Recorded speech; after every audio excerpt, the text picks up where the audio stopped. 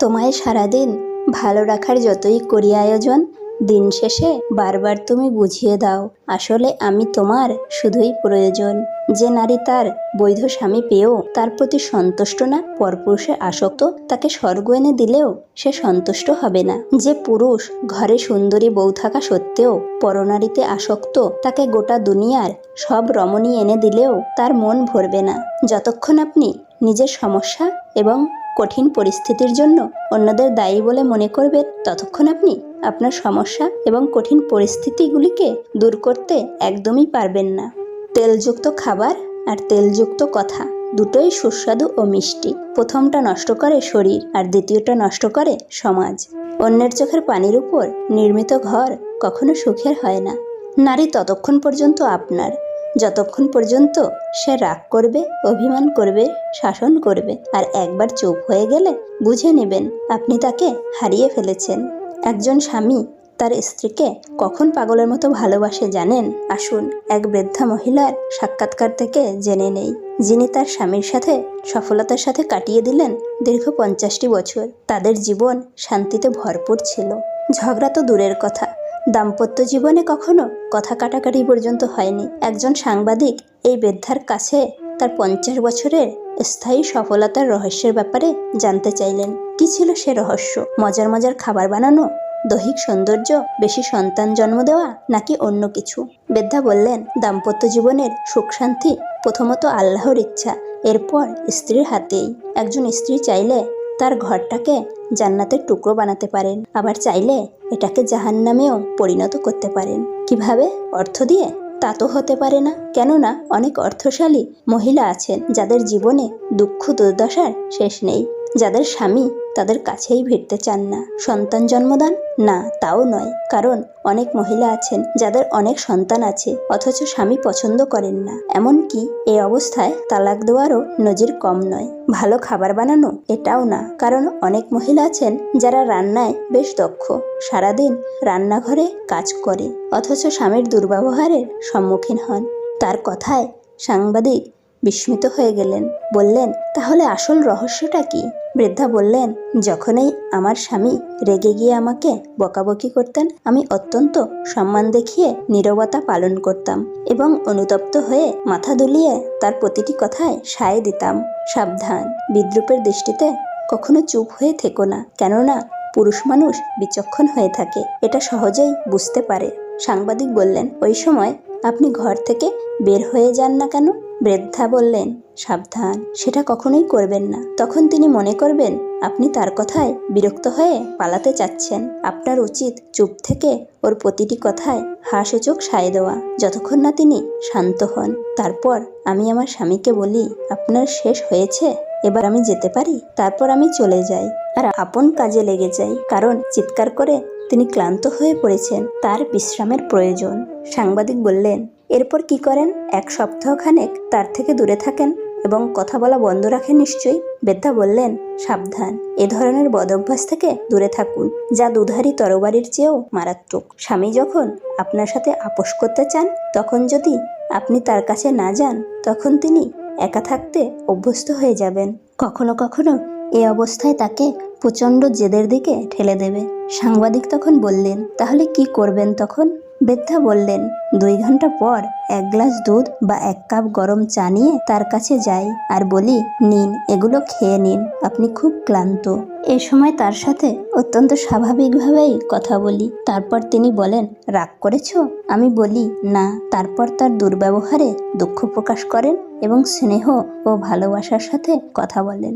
সাংবাদিক বললেন, আপনি কি তার কথা তখন বিশ্বাস করেন? বৃদ্ধা বললেন, অবশ্যই, কেন নয়? শান্ত থাকা অবস্থায় যা বলেন তা বিশ্বাস না করে রাগান্বিত অবস্থায় যা বলেন তা বিশ্বাস করব? সাংবাদিক বললেন, তাহলে আপনার ব্যক্তিত্ব? বৃদ্ধা বললেন, আমার স্বামীর সন্তুষ্টিই আমার ব্যক্তিত্ব, আমাদের স্বচ্ছ সম্পর্কই আমাদের ব্যক্তিত্ব। আর স্বামী স্ত্রীর মধ্যে কোনো ব্যক্তিত্ব থাকে না। যার সামনে তুমি পুরোপুরিভাবে বস্ত্রমুক্ত হয়েছ, তার কাছে আবার কিসের ব্যক্তিত্ব? মহান রব আমাদের দুনিয়ার জীবন ও আখেরাতের জীবনে কল্যাণ দান করুন। মানুষ প্রশংসা করে লোভে, সমালোচনা করে অহংবোধে, আর সম্পর্ক তৈরি করে স্বার্থে। প্রকৃত মানুষ তো সেই যে বাস্তব পরিবর্তন দেখেছে এবং পরিবর্তনের সাথে সাথে নিজেকে পরিবর্তন করেছে। কিছু ভুল যেমন মানুষকে শিখতে সাহায্য করে, ঠিক তেমনি কিছু আঘাত মানুষকে বদলাতেও সাহায্য করে। মনের কষ্টের কথা কাউকে বলতে নেই, কারণ দুঃখের ভাগ কেউ নেয় না। কিছু কষ্টের সমাধান থাকে না ঠিকই, কিন্তু সময়ের সাথে সাথে অভ্যাসে পরিণত হয়ে যায়। অনেক সময় অনেক কিছু মানিয়ে নিয়ে চলতে হয়।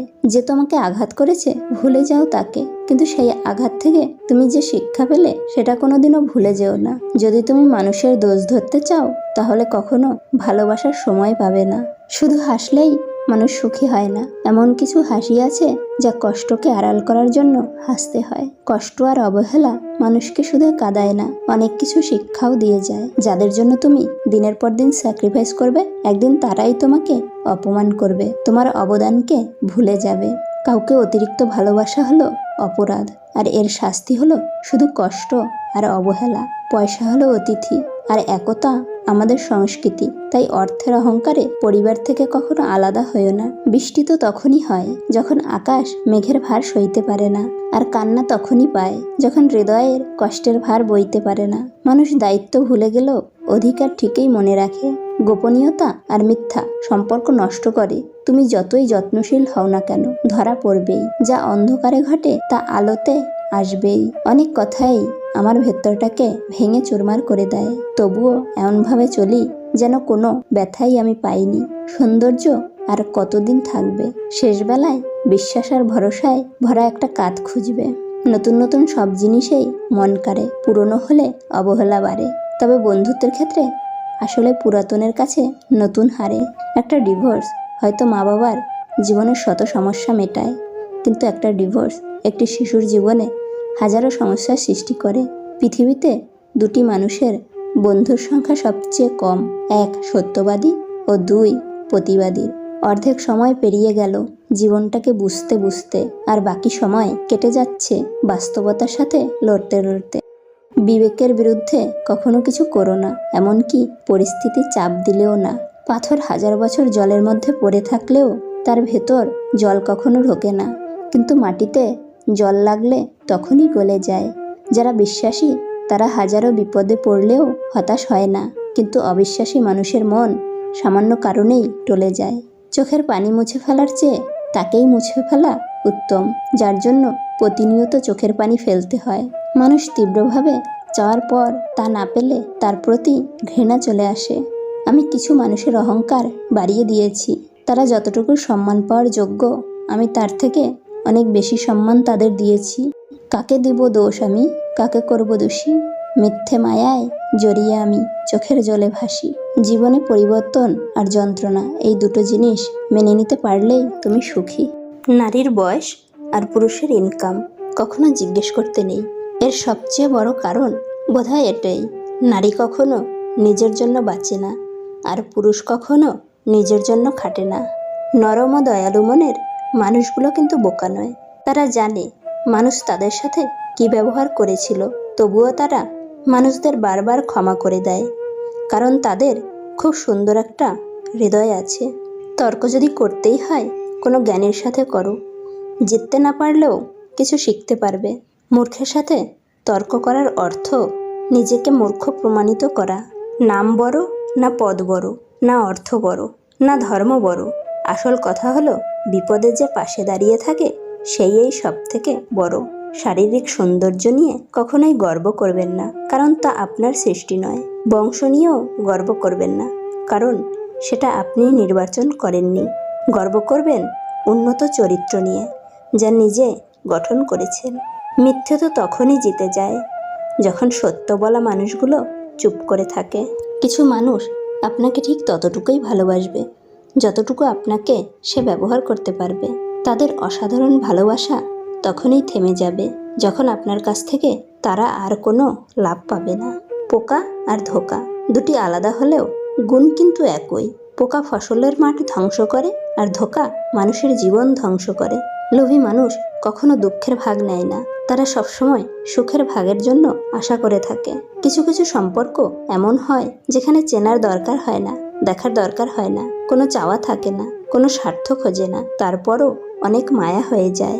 আগুন দিয়ে যেমন লোহা চেনা যায়, ঠিক তেমনি বিপদে পড়লে মানুষও চেনা যায়। জলে না নামলে যেমন সাঁতার শেখা যায় না, তেমনি জীবনে খারাপ সময় না আসলে মানুষ চেনা যায় না। চোখের সামনে মানুষের বদলে যাওয়া দেখতে দেখতে আজ নিজেকে বড়ই ক্লান্ত লাগে। মনে হয় আমরা যাকে আপন ভাবি সত্যিই কি তারা আপন হয়? অবহেলা যেখানে রাজত্ব করে, ভালোবাসা সেখানে মূল্যহীন হয়ে পড়ে।